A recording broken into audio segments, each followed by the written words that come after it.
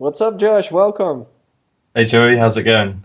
All good, man. How is it to be back in Guernsey again? Yeah, it's good to be back in the usual routine and everything. Yeah, because you have been on a holiday for the last couple of weeks. You actually visited me in the Netherlands as well, Yep. in the studio. Um, do you like holidays? Is it something you do often? Yeah, I try and get away a couple of times a year because where I live in Guernsey is quite a small place, so Yeah. Just I just think for it's people who don't know where it is, where is it located? Because I didn't know where it was. yeah. So Guernsey is between England and France. It's like closer to France than England, Hmm. but we don't speak French. Yeah. And what was the artist's name who came from there as well? Muramasa? Muramasa, yeah, yeah. Yeah, Do, I don't think he lives here anymore though. have you known him or? No, I didn't know of him until he kind of like blew up, and then I Wow, think a friend of a friend mentioned to me that he was from here, and then wow, because it's yeah, such a small island, right? There's not so many people living there, so you might say that most people would know each other. yeah, we mostly know each other, but I think he was like a couple of years younger than me, and I Younger, think he went huh? to a different school, so How old are you right now? 26. 26. Okay. And I'm sure he's a bit younger than me. Yeah, okay, I'm not sure actually. I don't know that much about him. I know that he makes great music, but yeah. I don't know much about him. And just to give the listener or people who are watching this some context, we know each other because you're a client of mine since like a year. Yeah, I think it was like March 2018, It's a something year, like that. over a year. Okay, so over a year now, and that's how we got in contact and started meeting every month. Um, and in the last couple of weeks slash months, things have been going on in your career, which I think was really interesting to talk about, Yeah, especially because you're kind of the living proof that things are possible. Uh, hopefully. yeah, well, we'll get into it later, but I think looking at your story, I see a lot of things that happened to me as well, and I see it happening with other artists as well.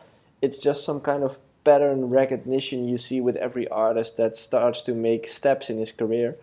Um, and I just wanted to give the listener some insights in how you have been doing it, like what kind of things you did to get the things you got. And again, we'll go deeper into it later on, but that's the context for everyone listening and watching. That's how we know each other. Um, is there anything else you'd like to tell about yourself? um, Not really. I think we're just gonna, yeah, as we get into it, I can kind of Yeah. talk about stuff I've been doing and Okay. How did yeah, you how it all how, happened. how did you get got started with music? Um, Kind of a funny story actually. When I was learning to drive, I bought like a crazy sound system for my car Mm. with like a big bass bin in the boot, and I was kind of just like looking for music that really made the whole car shake. Yeah. And then I think I came across like Afrojack's music, Hmm. and he had the really like pounding kick drums, Yeah. and obviously that worked really well. And then I kind of just got like really addicted to that like Dutch house back Hmm. in like 2010, I think it was. So 9 years ago you started. Yeah, Okay. well, I wasn't DJing or making music then. I was purely just like in love with the music and getting Okay. really into it. Okay. And from Yeah. there, like, how did you got into? Did you start out as a DJ or did you start out as a music producer? No, so I started DJing about a year after getting into like Dutch house or ED. Well, I don't think it was even called EDM back then. No, it's more Um, like Dutch house. Yeah. yeah, um, yeah. I think because I just started working, and I basically spent like my first like one or two pay slips just buying some CDJs and just kind of like learning how to DJ, I guess. Yeah. And then I eventually bought some lights to do some like birthday parties and that kind of thing, Yeah. uh, How long which did is you good do fun. that? I think I did like birthday parties and like weddings and stuff like that for about like 2.5, maybe 3 years Hmm. before like playing at a local bar and club. And how did you get into the local bar? I saw on their Facebook page they were looking for a DJ, and my friend said to me, "Oh, you should, send them a demo or something or a mix." And I kind of thought, "Oh no, I'm not good enough. Like, there's no way." And then my friend had to like really convince me that I should do it. So yeah, I kind of prepared a mix, sent it, and then they said, "Oh, do you want to play this Friday?" And that was only like Tuesday or Wednesday or something. So I was like, like obviously I was super scared, but of course I said yes. And did you have to play by yourself, or was there anyone else that you had to do back to back with, or? No, it was just me, and it was on Oh. a Friday, Hmm. and it must have gone well because at the end of the night the manager said, "Do you want to come and play tomorrow as well?" So, Oh wow. Okay. which is cool. So you should But be really yeah, thankful for your friend.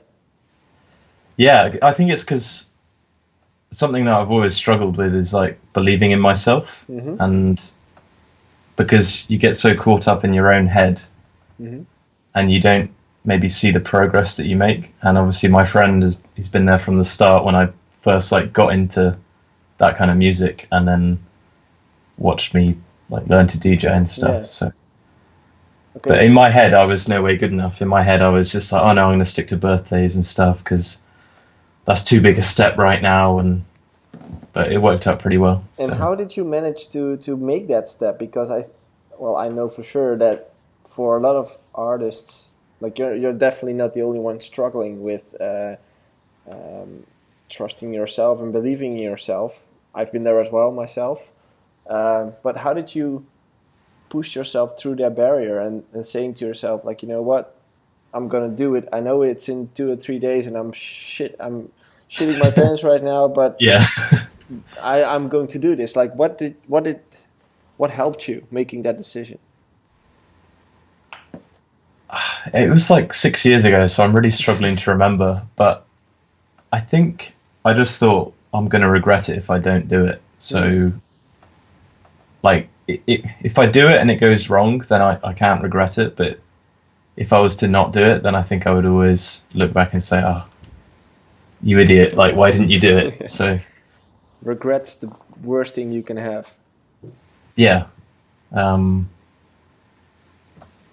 yeah. I still remember actually driving that night to the bar, and I like normally I listen to music in the car, but I had the music switched off because I was actually like talking to myself and like mentally preparing myself.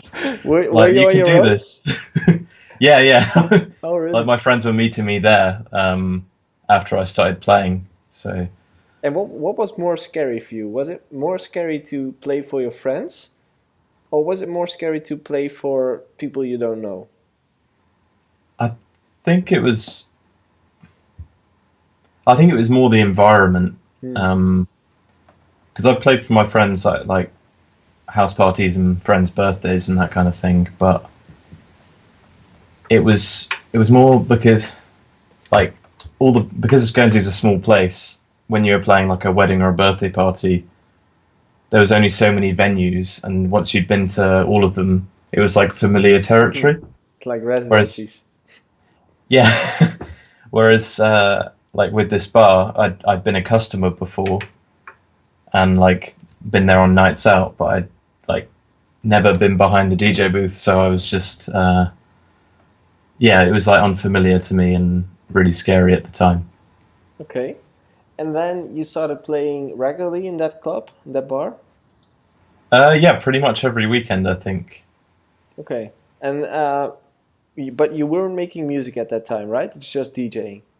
Um, I I started making music. I think it was in 2012, so it was like after a year of DJing. Okay. And then you Um, decided, like, you know what, this DJing is kind of fun, but I would like to play my own stuff as well, or I'm trying to remember what the conscious decision was, but I remember I downloaded funny story actually. I downloaded Ableton when I had a week off work. Hmm. I think it's like September or something. And I said to myself, "Oh, Ableton's got like a free trial for like a week or maybe it was even a month. Oh, maybe I can make a hit and then not have to pay for it." It just sounds so stupid now that I think about Yeah. it, but Yeah, but but it's yeah, kind that's of, the truth. I'll be yeah, honest. yeah, but it's kind of funny because I think there's more people thinking like that. Like, let's do Yeah, this thing. Like, I'll learn it within a week, and I bang out this hit record, and I'm done. Because it seems so easy. yeah, But now, 7 years in it, you'll probably think different. yeah. Well, I realized that after opening it for like the first hour, I think. But yeah, at the time I was like 19, probably quite naive, and just thought, oh yeah, it's like a video game. You can just open it up, learn how it works, and Yeah, then let's go. that's it. Yeah, exactly. Okay, so you started making music, and did you start off making originals, or did you also did like mashups for your own sets? And um, yeah, I was basically just making mashups to begin with, I think, hmm. because it was something that didn't really require much production skill. Hmm. It was just because I had like mixed in key. I knew Oh yeah. about that from DJing, so I was like using that to find tracks that would work well together. Hmm.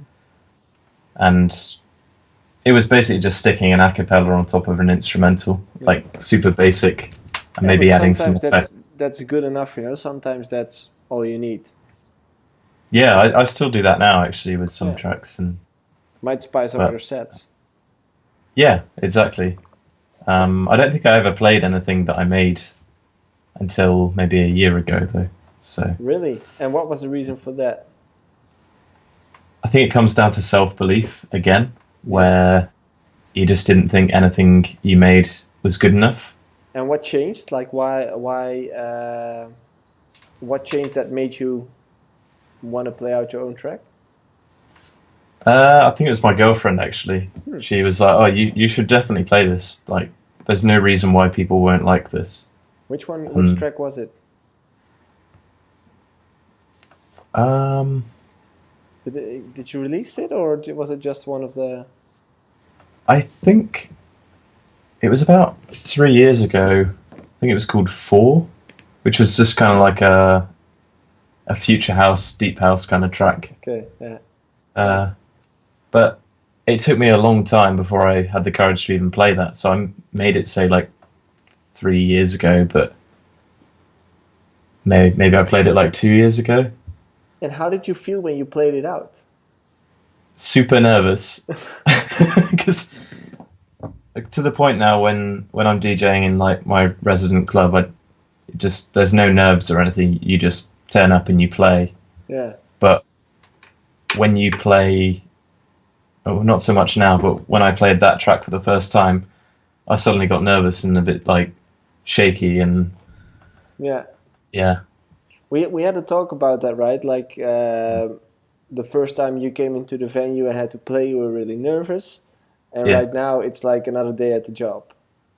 yeah, Um, basically. yeah, and why is that? Do you think? Like, is it something you get used to? Yeah, I think so.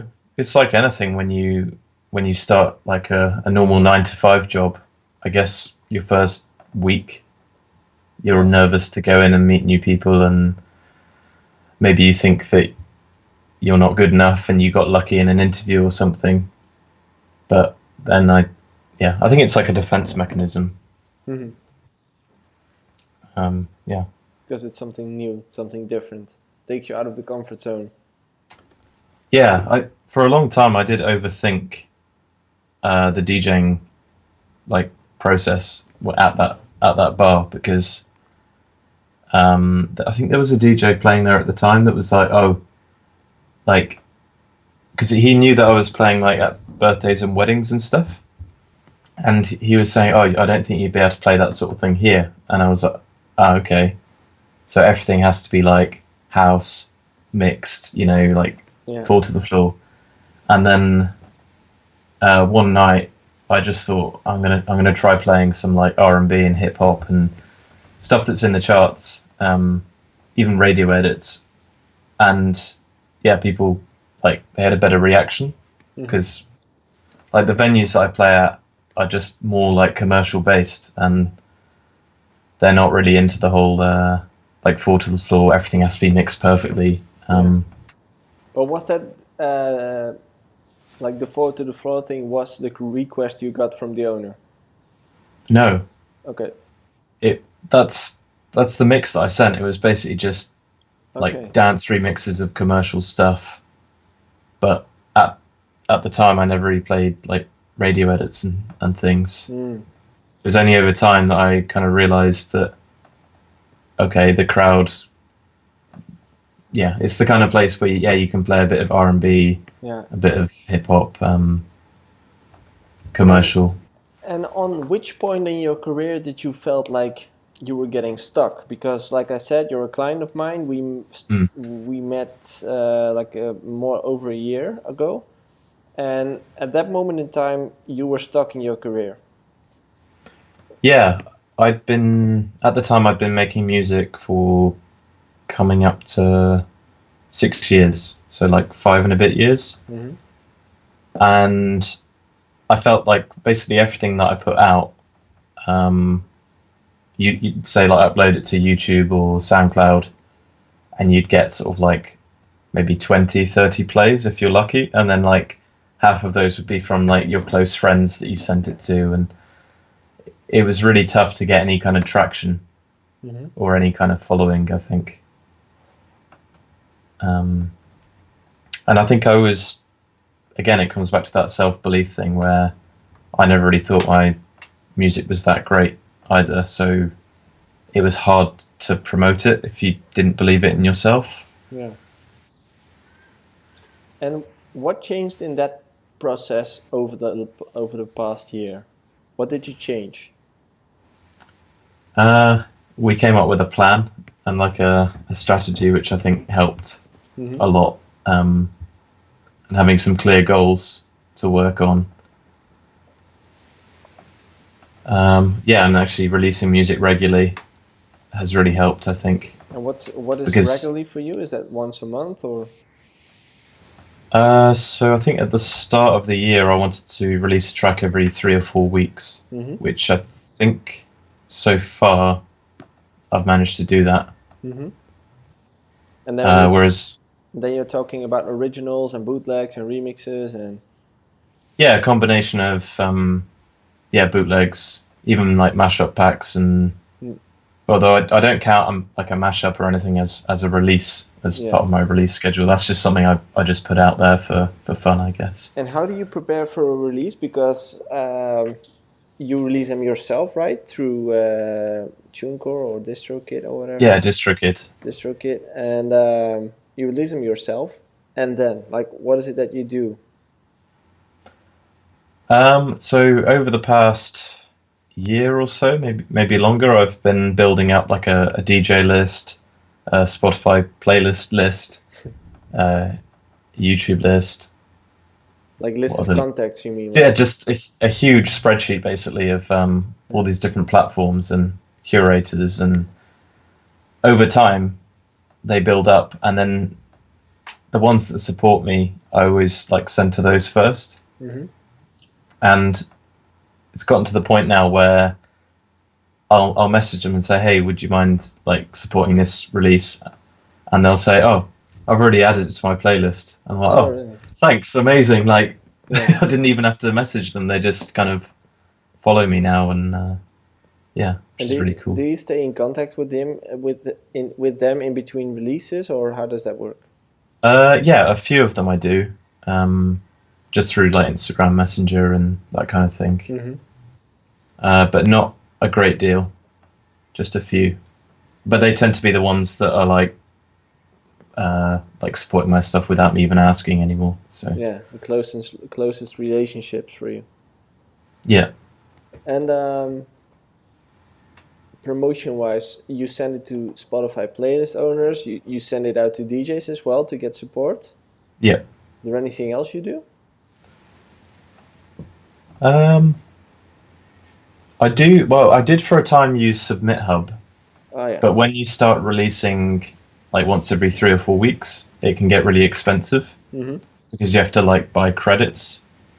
And I haven't had a huge amount of success with Submit Hub, so it feels like money down the drain. So I don't do it that often unless it's like a really big release that I sort of am 100% convinced that it's going to be really good.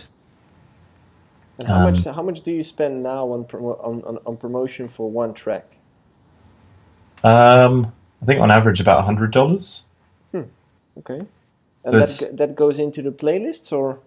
it's like Facebook ads, Instagram ads as well, playlists, and Submit Hub, but not so much anymore. Okay.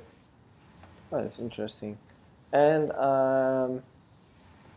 remind me to have a talk about that later in one of the coaching calls, because I think there's something to talk about. Anyway, Okay. but yeah, Spotify promotion, DJ support, and you've been doing it for the last couple of months. What did you see happening in, let's say, since January this year?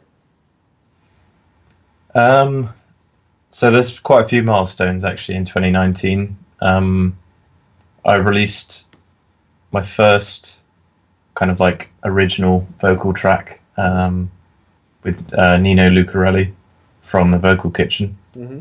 which was really cool. And that was actually a turning point, I would say, from that track where I kind of posted like a bit of a story on Facebook. Because something I've learned over the past year or so is I think it helps if you start telling a story, especially when there's like a lot of emotion involved, and something like music, when you dedicate that much time, there is a lot of emotion and passion for it. So when I released that track, I wrote, I don't know, like 2 or 3 paragraphs explaining how the track came about, what I've been working towards, and it got like, say, 200 likes from friends and family, which doesn't normally happen. I had like hundreds of comments, and since that point on, people started taking me a bit more seriously. Mm-hmm.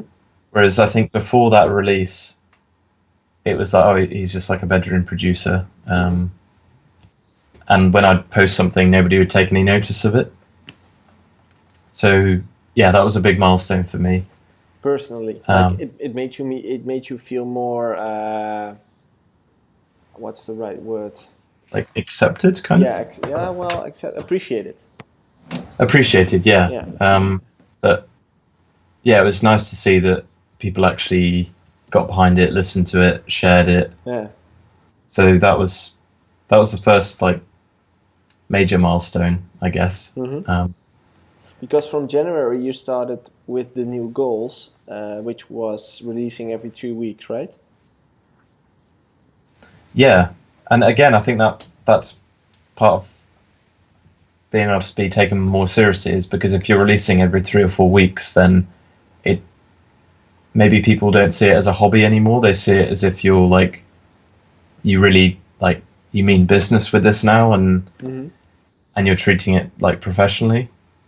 Yeah, and maybe your Um, content helps with it, helps also with that, because you started mm, posting regularly about your music and about the things that you accomplished with your music, which yeah, also validates to the crowd, like, hey, this is not something I do for fun, of course for fun, but also because I want to start making a living out of this, and I'm actually achieving things. You know, it's not that that nothing is happening. yeah, exactly. Yeah, definitely helps. So that was a big moment for you.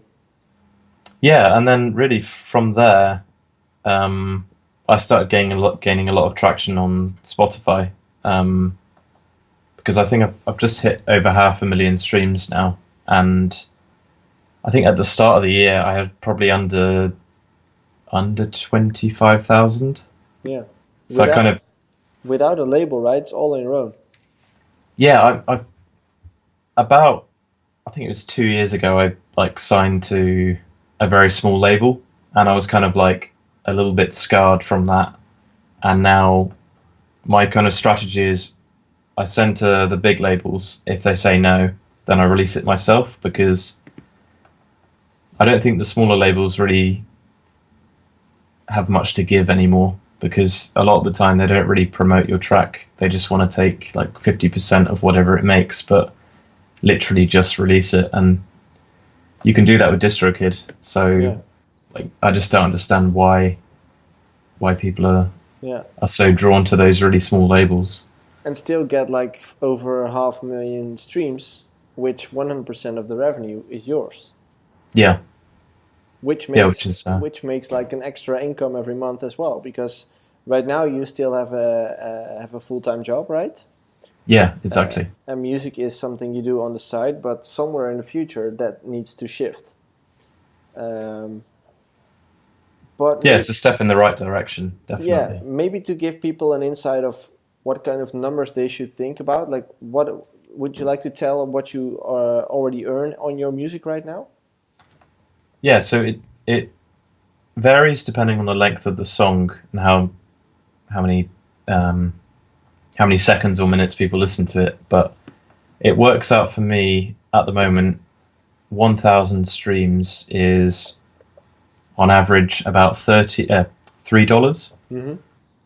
So over the past year, or not year, since 1st of January, it's like $1,500 then, I Yeah. think.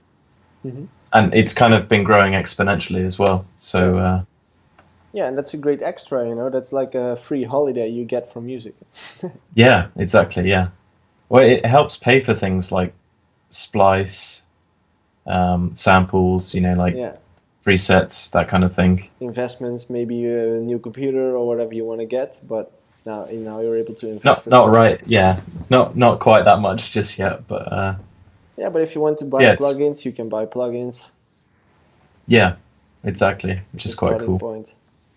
And what can you give as a tip to anyone listening right now who is in a position where you were a year ago? Um, what would you recommend them to do? I would create a release plan. So What's a for the release track, plan? so in my calendar actually, I have pretty much till the end of the year. Every 3 or 4 Fridays, like a block that says like release, and if I know which track it's going to be, um, I have the name of the track. There's some that are just like a block, but Yeah, with no name of the song, and I just ensure that I have like a track to come out on that particular day. hmm Um, it's like a deadline. yeah, kind of. Hmm And I would create some originals because I think it's good to have your own sound. That if people like what you're doing, they can then kind of like follow you for that. But I think bootlegs have really helped me a lot recently. Because they bootlegs like promote themselves. You don't have to do a Facebook ad for them or even do Submit Hub. I mean, you can, but if you just put them on YouTube and SoundCloud, it's surprising like how many streams they get without even sharing them, just because Yeah, people are searching for a bootleg of a popular song right now. yeah, So and they're searching for the original title and they see something they don't know, so they might check it out. And yeah, this is a nice bridge to the story that's going on currently. hmm You released a bootleg a couple of months ago, yeah, in late April. late April. I forgot the title. What was it? Someone You Loved by Lewis Capaldi. That one. hmm And like you said, you released it on YouTube and SoundCloud. Did you send it to DJs as well? I don't think I did actually, because Hmm. it at the time it was like specifically like a UK number one Mm-hmm. hit, and pretty much all the DJs on my DJ list are like in Europe or America or in Asia. So Mm-hmm. I kind of, in fact, I don't. Yeah, I don't think I sent it to any DJs. Oh wow. I uploaded it to Digital Music Pool, which is like a music pool for DJs. Yeah. But yeah, I don't think I'd have to check, but I don't think I sent it to anyone. Okay. And it's fun because 2, 3 weeks ago, you Yeah, nearly 3 weeks ago. yeah Yeah. Tell us about that moment. You got an email. It was actually slightly before that. Okay, yeah. So I was actually coming back to Guernsey from holiday, and I was just checking my like YouTube for like comments, and sometimes I reply to comments just to reply to them, Yeah, to and get then engaged. yeah, exactly. And I saw on the Someone You Love bootleg, somebody commented, "Is this the one that they've been playing on Sirius XM?" So I just replied like, maybe. Like I have no idea. I have no idea. Yeah, because Sirius XM isn't available where I live. I Yeah. think it's just a US To everyone radio listening, station. Sirius XM is a big radio station in the US. Yeah, which at the time I didn't really realize that how big it was. So I was kind of like, oh yeah, maybe. Yeah, thanks for And noticing. Yeah. and then I think somebody else commented saying, yeah, this is the one they've been playing it. They've been playing it like 3 or 4 times a day for a few weeks. And I thought, oh, that's cool. Like, nice to have some airplay. And then a few days after that, somebody sent me a video on Instagram saying, dude, love your remix. And the video wasn't loading. So I was like, oh, which one? And then the video came through. And it was this guy, like, dancing, like, in selfie mode, which was really funny. He was dancing to the, like, Someone You Love bootleg, and it was in Bulgaria. Mm-hmm. And I was like, oh, wow, that's cool. That's like, not Sirius XM. yeah, that's something totally different. And then, like a day or two after that, I had an Instagram message from somebody called Ryder, and she worked for Sirius XM. Mm-hmm. And she said, hey, don't know if you know, but we've been playing your remix on your bootleg on. I have such a bad habit of calling bootlegs remixes. More people have that. Yeah, just people that I know don't know what a bootleg is necessarily. Exactly. So, but yeah, she said we've been playing your bootleg on Sirius XM for a few weeks, maybe a month, and every time we play it, we get a ton of messages and a ton of positive feedback, and people want to know like where to get the song from. Mm-hmm. I was like, oh, cool. I didn't really know that. Somebody mentioned it, but didn't think much of it. And then she said, did you ever think about doing an official release? And I was like, well, yeah, of course, but like I have I don't have contacts at Universal, or I don't know the original singer. And then she said, oh, okay, let me see what I can do. I was like, okay, cool. And then she said, what's your email address? So I just gave her my email address. And then she said, okay, I'm copying you in now. So, okay. And I checked my emails, and she copied me into, well, actually it was her manager that had copied me into like an A&R manager at Universal Music Group, basically saying that they've been playing it for like a month or so, and every time they play it, they get tons of requests and asking, like, where can we get it from? And they basically directly said to the A&R manager, you need to make this an official release because it's a home run in dance music. Yeah. So my mind was just totally blown. Yeah. Because I think that bootleg took like 4 hours or something. Yeah. Like made it in a rush to play that night in the club.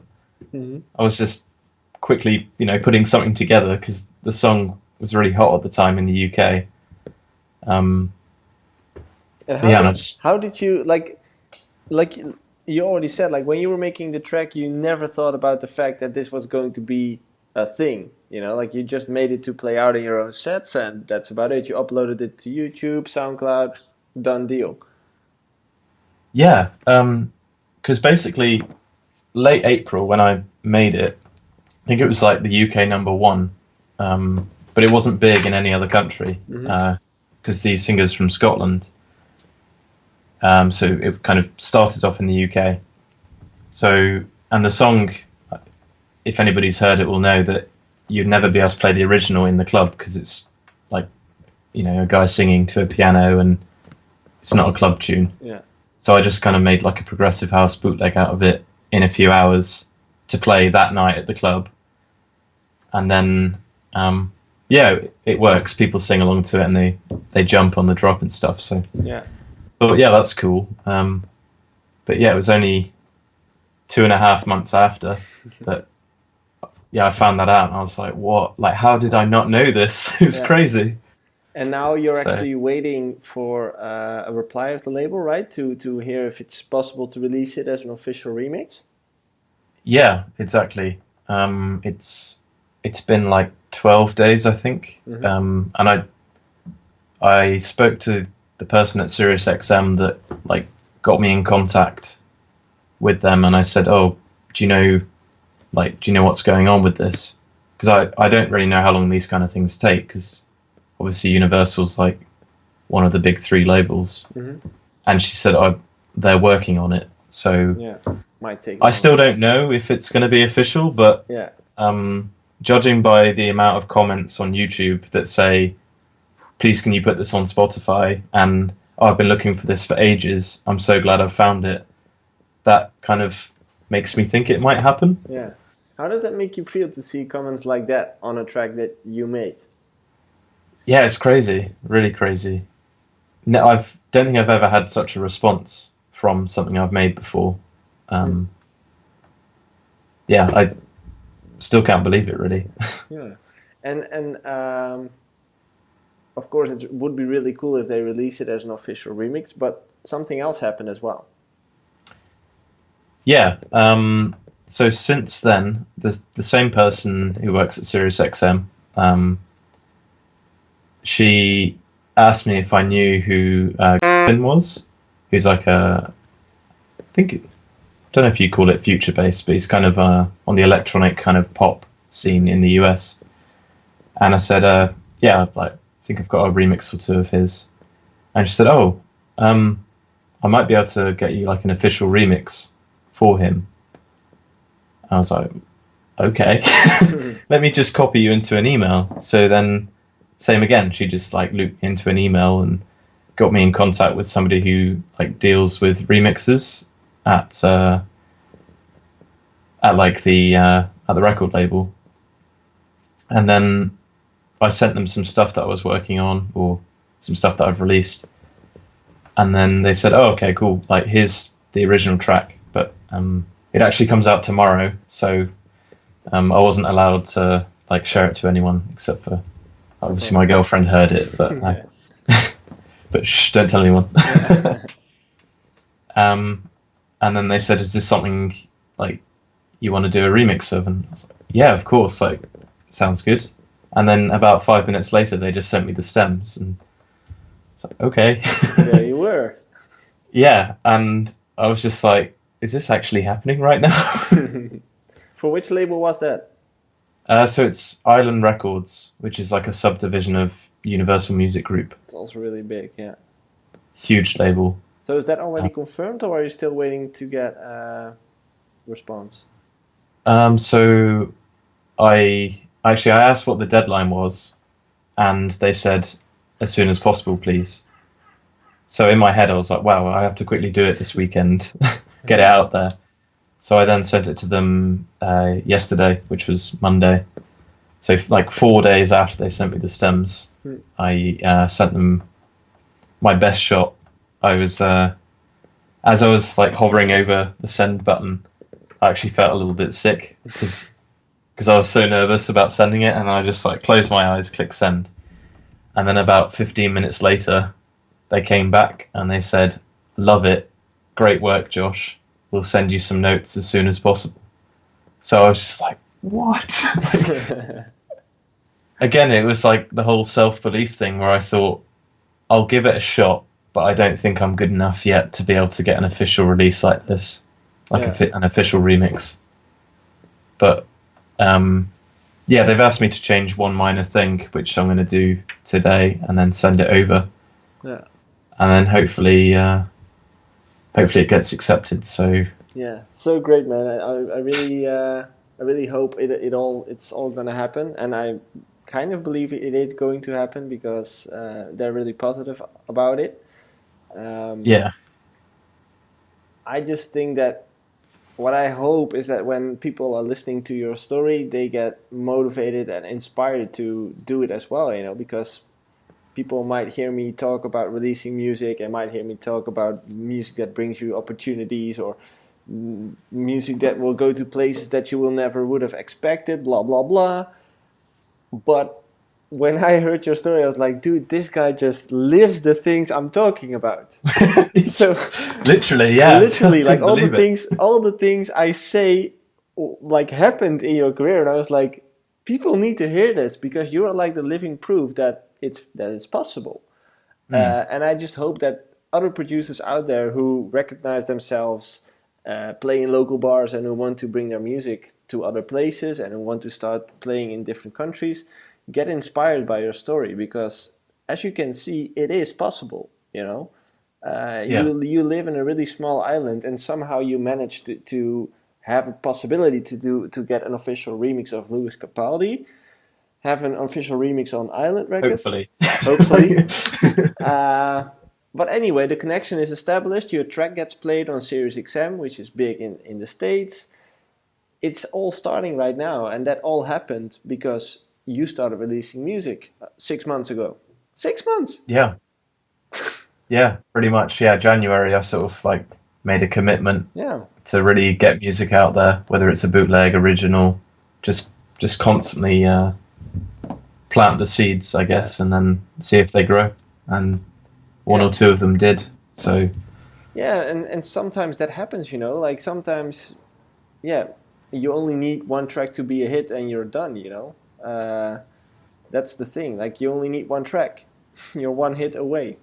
Uh, and that's just really interesting. And when I was listening and watching you on social media and having the coaching calls that we have, I was just like, wow, this guy, like everything seems to happen the way I want it to happen when the way how I think about it as well. Like it happened to me the same thing. You can go to my book. You're yeah, actually yeah, having the right steps in the way that I had as well, and in the way other people that I know have as well. Like I said in the beginning of this conversation, there seems to be some kind of pattern which every artist goes through, and that's yeah, why I really believe in the things that I say and why I really like to see it being proven by you. yeah. Again, Well, yeah. thanks very much. I like couldn't have done it without you really because yeah, like I've just followed your strategy. I mean, don't get me wrong. There was a part of me that kind of thought, not sure if it'll work, but I'll try and see what happens. And it kind of worked. So Yeah. Well, so far so good. Yeah, let's hope for the yeah, best. like I really wanted to believe that it was going to work, but there's always a little piece at the back of your mind that's like, no, it's not going to work. Sure, And then it that's kind of you have that's to shut that the voice out and just keep going. I think. yep, that's the self-doubt talking, trying Yeah, to push you back, trying to pull you back into the comfort zone. it's the enemy. Yeah, yeah, that's what I say as well. You're your own worst enemy, and that's the problem. You have to fight that little voice inside your brain, and that's tough. That's hard, but it's necessary to create growth, Mm. and that's what's happening to you right now, and that's great to see. So yeah. Yeah, I just think as like there's no harm in putting music out there as long as you're like happy with it. Mm-hmm. I don't think you should release something that you don't like, No, sure. but yeah, maybe even if you think, well, this track's pretty good, but I could do better. It may be better just to release it and then start working on something new because there'll be somebody out there who really likes the track. Yeah, that's what's interesting. That keeps amaze me, like how music can pop up somewhere in the world, and other people really like it, while you might have thought like, it's okay. Yeah, I made it in 4 hours. It's okay. that to be honest, that's kind of how I feel about the Lewis Capaldi bootleg.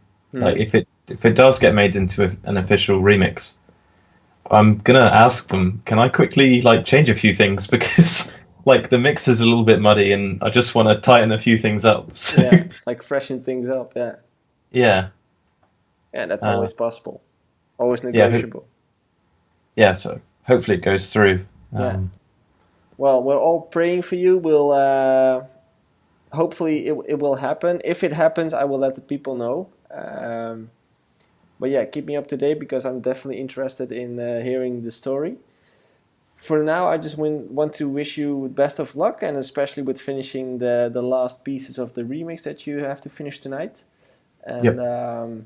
thanks for taking the time to do this. I really hope other producers that are in this, like who recognize themselves in your story, feel like get that little spark, like okay, it's possible. I only need to start doing it, Yeah. and I hope that will happen. So thank you for doing this. No problem.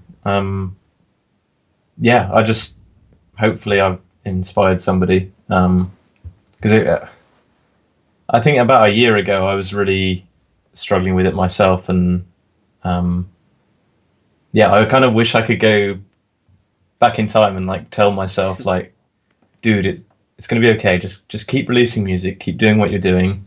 Yeah, Like, don't give up. Just I think that's the important thing is just don't give up. As long as you enjoy what you're putting out there and you're having fun and enjoying the process, then you'll like just never regret yeah, it. Yeah, yeah, exactly, cool. definitely. Well, thanks. Have a great night. Good luck in the studio, and yeah, we'll stay in touch. Thanks, Joey. Thank you. Yeah, for sure.